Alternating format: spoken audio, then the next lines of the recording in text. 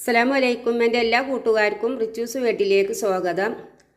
ഇന്ന് ഞാനിവിടെ ഉണ്ടാക്കാൻ പോകുന്നത് നല്ല ടേസ്റ്റിയായ ഒരു കറിയാണ്. ഈ കറി ഞാൻ തയ്യാറാക്കുന്നത് മത്തൻ്റെലയും പരിപ്പും വെച്ചിട്ടാണ്. അപ്പോൾ നമുക്കിതെങ്ങനെ തയ്യാറാക്കിയെടുക്കാമെന്നൊന്ന് നോക്കാം. അതിനു മുമ്പായിട്ട് എൻ്റെ ചാനൽ ആദ്യമായിട്ട് കാണുന്നവരാണെങ്കിൽ ഒന്ന് ലൈക്ക് ചെയ്ത് സപ്പോർട്ട് ചെയ്യണേ. അപ്പോൾ നമുക്ക് നേരെ വീഡിയോയിലേക്ക് പോകാം.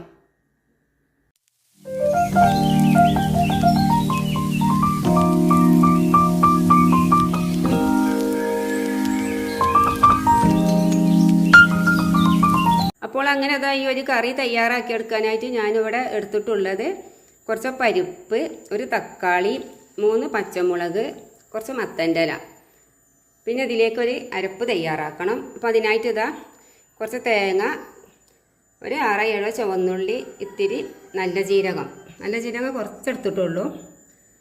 ഒരു മുറി തേങ്ങ മുഴുവനും ഞാൻ എടുത്തിട്ടില്ല, ഒരു മുറി തേങ്ങേൻ്റെ പകുതിയാണ് എടുത്തിട്ടുള്ളത്. ഇനി നമുക്ക് ഈ പരിപ്പും പച്ചമുളകും തക്കാളിയും എല്ലാം കൂടെ കുക്കറിലിട്ടിട്ട് നല്ലോണം ഒന്ന് വേവിച്ചെടുക്കാം. പിന്നെ ഇതിലേക്ക് മഞ്ഞൾപ്പൊടി, ഉപ്പ് ഇതൊക്കെ ചേർക്കാനുണ്ട്. അതൊക്കെ ചേർക്കുമ്പോൾ കാണാം. അപ്പോൾ നമുക്കിതെങ്ങനെ തയ്യാറാക്കിയെടുക്കാമെന്ന് നോക്കാം. അങ്ങനെ ഇതാ കുക്കറിലേക്ക് ഇതെല്ലാം കൂടെ ഇട്ട് കൊടുത്തിട്ടുണ്ട്. ഇനി നമുക്കിതിലേക്കൊരു 1/2 ടീസ്പൂണ് മുളകും പൊടി ഇട്ട് കൊടുക്കാം. അതുപോലെ തന്നെ ഒരു 1/4 സ്പൂണ് മഞ്ഞൾപ്പൊടി ഇട്ട് കൊടുക്കാം. ഉപ്പ് നമുക്കിതൊന്ന് വെന്തതിൻ്റെ ശേഷം ഇട്ട് കൊടുത്താൽ മതി. ഇനി നമുക്കിത് അടച്ച് വെച്ചിട്ടൊന്ന് വേവിച്ചെടുക്കാം. അപ്പോൾ പരിപ്പ് വേവുന്ന ആ സമയം കൊണ്ട് നമുക്ക് ഈ മത്തൻ്റെ ഇല ഒന്ന് കട്ട് ചെയ്തെടുക്കാം. ഈ മത്തൻ്റെ ഇലൻ്റെ ഈ ഭാഗം അരിഞ്ഞ് ഒഴിവാക്കണം. അതിന് ശേഷം ബാക്കിയുള്ളത് നമുക്ക് ചെറുതായി കട്ട് ചെയ്തെടുക്കാം. ഇതാ നമ്മുടെ പരിപ്പും തക്കാളിയും പച്ചമുളകും ഇവിടെ നല്ലോണം വെന്തിട്ടുണ്ട്. അതിലേക്ക് ഞാനിവിടെ അരിഞ്ഞ് വെച്ചിട്ടുള്ള മത്തൻ്റെ ഇല ഇട്ട് കൊടുത്തിട്ടുണ്ട്. ഇനി നമുക്ക് പാകത്തിന് ഉപ്പും കൂടെ ചേർത്ത് കൊടുക്കാം. അതിന് ശേഷം നമുക്കിത് നല്ലോണം ഒന്ന് മിക്സ് ചെയ്ത് കൊടുക്കാം.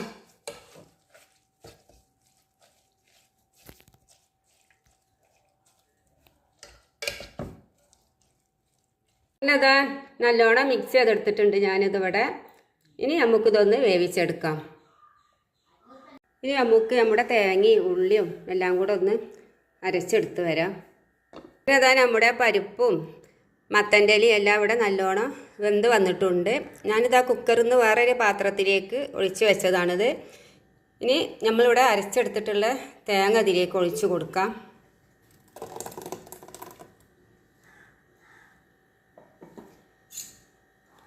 അതിനുശേഷം നമുക്കിത് നല്ലോണം ഒന്ന് മിക്സ് ചെയ്തെടുക്കാം. ഇത്തിരി കൂടെ വെള്ളം ഈ മിക്സ് ഒന്ന് ചുഴറ്റിയിട്ട് ഒഴിച്ച് കൊടുക്കാം. അപ്പോൾ പിന്നെ പാകമാവും. ഇനി നമുക്കിതൊന്ന് നല്ലോണം മിക്സ് ചെയ്തെടുത്തിട്ട് ഒന്ന് തിളപ്പിച്ചെടുക്കാം. നല്ലോണം തിളക്കരുത്, ഒന്നുകൂടെ തുള്ളിയാൽ തീ നിർത്തണം, ഓഫാക്കണം. അപ്പോൾ അങ്ങനെ ഇതാ നമ്മുടെ കറി ഇവിടെ തയ്യാറായിട്ടുണ്ട്. ഇനി നമുക്കിതൊന്ന് വറവിട്ടെടുക്കാം. അപ്പോൾ വറവിടാനായിട്ട് ഇതാ ഞാൻ ചീനച്ചട്ടി വെച്ചിട്ടുണ്ട്. അതിലേക്ക് നമുക്ക് ആവശ്യത്തിന് വെളിച്ചെണ്ണ ഒഴിച്ച് കൊടുക്കാം.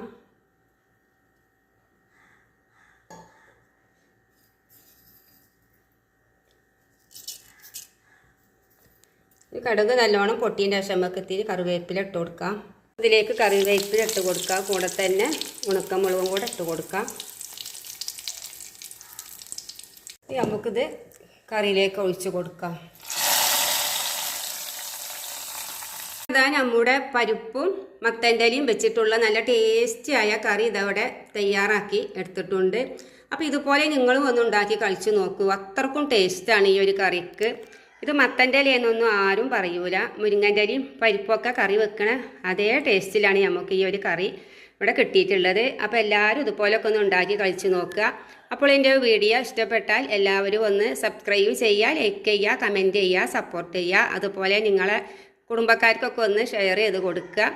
അപ്പോൾ നമുക്ക് ഇതുപോലത്തെ വീഡിയോയുമായിട്ട് വീണ്ടും കാണാം ഇൻഷാ അല്ലാഹ്.